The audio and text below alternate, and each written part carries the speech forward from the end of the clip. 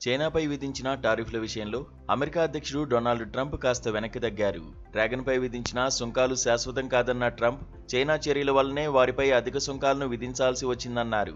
ఆ సుంకాలు స్థిరంగా అలాగే కొనసాగుతాయని చెప్పడం లేదన్నారు. మరో 2 వారాల్లో చైనా అధ్యక్షుడు జిన్పింగ్తో సమావేశం అవుతానని, అప్పుడు ఇరు దేశాల మధ్య వాణిజ్య సంబంధాలు, సుంకాలపై ఓ స్పష్టత వచ్చే వీలుందని ట్రంప్ వెల్లడించారు. మా మధ్య చర్చలు సజావుగానే సాగుతాయని ఆశిస్తున్నారని పేర్కొన్నారు. చైనా ఎప్పుడూ అమెరికాపై ఆధిపత్యం కోసమే చూస్తుందని, భవిష్యత్తులో ఏం జరుగుతుందనేది తనకేమీ తెలియదని ట్రంప్ అన్నారు. అయితే అమెరికాకు అరుదైన ఖనిజాల ఎగుమతిని చైనా ఇటీవలి కాలంలో తగ్గించింది. చైనా అలా చేయడం ట్రంప్కు ఆగ్రహం తెప్పించింది. దాంతో చైనాపై 100% సుంకాలను విధిస్తూ ట్రంప్ నిర్ణయం తీసుకున్నారు. ఈ నిర్ణయంపై చైనా తీవ్ర ఆగ్రహం వ్యక్తం చేసింది. తమ ఆధిపత్యంతో ప్రపంచ దేశాలను కట్టడి చేయడానికి అమెరికా ప్రయత్నిస్తోందని విమర్శించింది. ఈ క్రమంలోనే సుంకాల విషయంలో ట్రంప్ కాస్త వెనక్కి తగ్గినట్లు తెలుస్తోంది. జిన్పింగ్తో సమావేశం అనంతరం చైనాపై టారిఫ్ల తగ్గింపు విషయంలో ట్రంప్ నిర్ణయం తీసుకునే అవకాశం ఉన్నట్లు సమాచారం.